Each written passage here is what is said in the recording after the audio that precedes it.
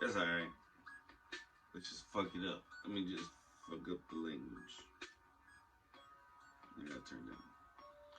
Alright. Badass woman in Herstory. Oh, what kind of bird is that? Blue Jay? I think it's Blue Jay. From the Britannica.com. I hope this is okay for me to read. The Cixi, Cixi, Cixi, Empress Dowager of China. Alternate titles: Empress Dowager, and the Dragon Lady.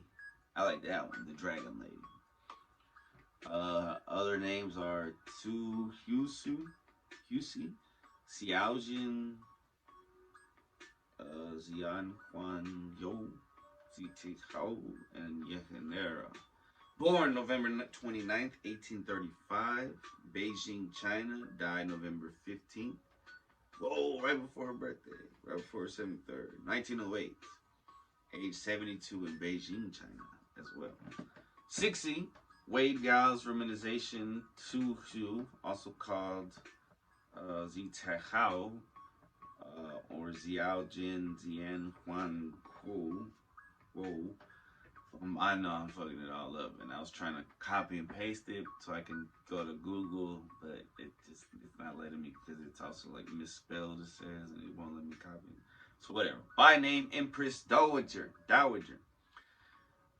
consort of the Xianfeng Emperor, who reigned from 1850 to 61.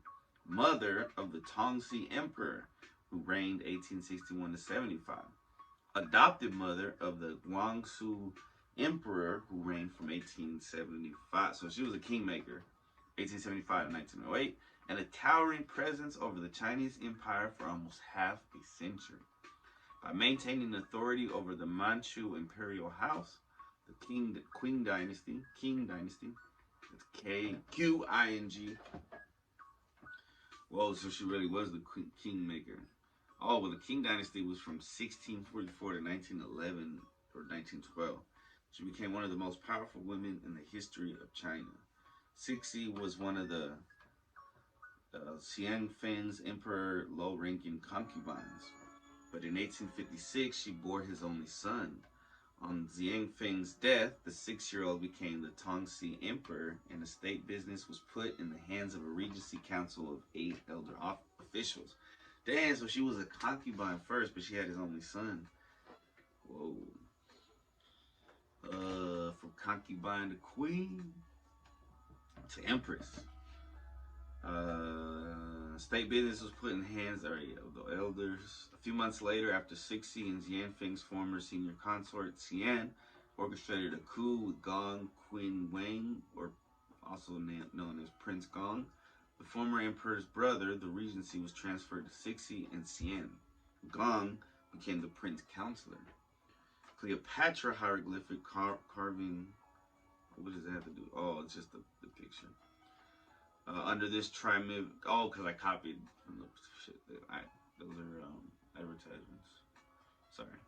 Under this triumviral rule, the government entered a temporary period of revitalization. The Great Taiping Rebellion of 1850 to 1604, which had devastated South China, was quelled, as was the Nian Rebellion from 1853 to 68 in the northern provinces. Schools were created for the study of foreign languages. A modern customs service was instituted. Western-style arsenals were constructed, and the first Chinese foreign service office was installed. Internally, an effort was made to end governmental corruption and to recruit men of talent. Although the regency was terminated in 1873 after the Tongxi emperor attained maturity, Cixi's involvement in state affairs continued. Soon after Tongxi's death in 1875, Cixi arranged to adopt her 3-year-old nephew, Zetian, and have him named the new heir. He became the Guangxu emperor. The two empress dowagers continued to act as regents, but after Xian's sudden death in 1881, Cixi became the sole holder of the office. 3 years later, she dismissed Prince Gong. In 1889, as the young Guangxu emperor formally assumed power, Cixi nominally relinquished control over the government to retire to the magnificent summer palace she had rebuilt northwest of Beijing. However, in 1898, a few years after the shocking defeat of the Chinese forces in the Sino-Japanese War in 1894 to 95, the Guangxu emperor, under the influence of a group of reformers, put through a number of radical proposals designed to renovate and modernize the Chinese government and to eliminate corruption. See 100 Days of Reform. Conservative officials, who again used the military to institute a coup, collected around Cixi. The new reforms were reversed and Cixi resumed the regency. Most historians believe that China's last chance for peaceful change thus ended. Interesting. The following year, Cixi began to back those officials who were encouraging the anti-foreign Boxer rebels. In 1900, the Boxer Rebellion reached its peak. Some 100 foreigners were killed and the foreign legations in Beijing were surrounded.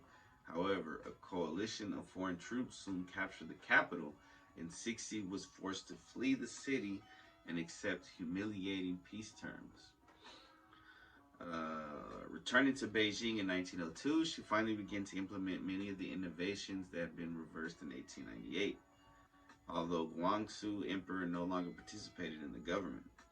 Upon her death in 1908, death rites were observed for a year, after which she was laid to rest in the eastern Qing tombs northwest of Beijing.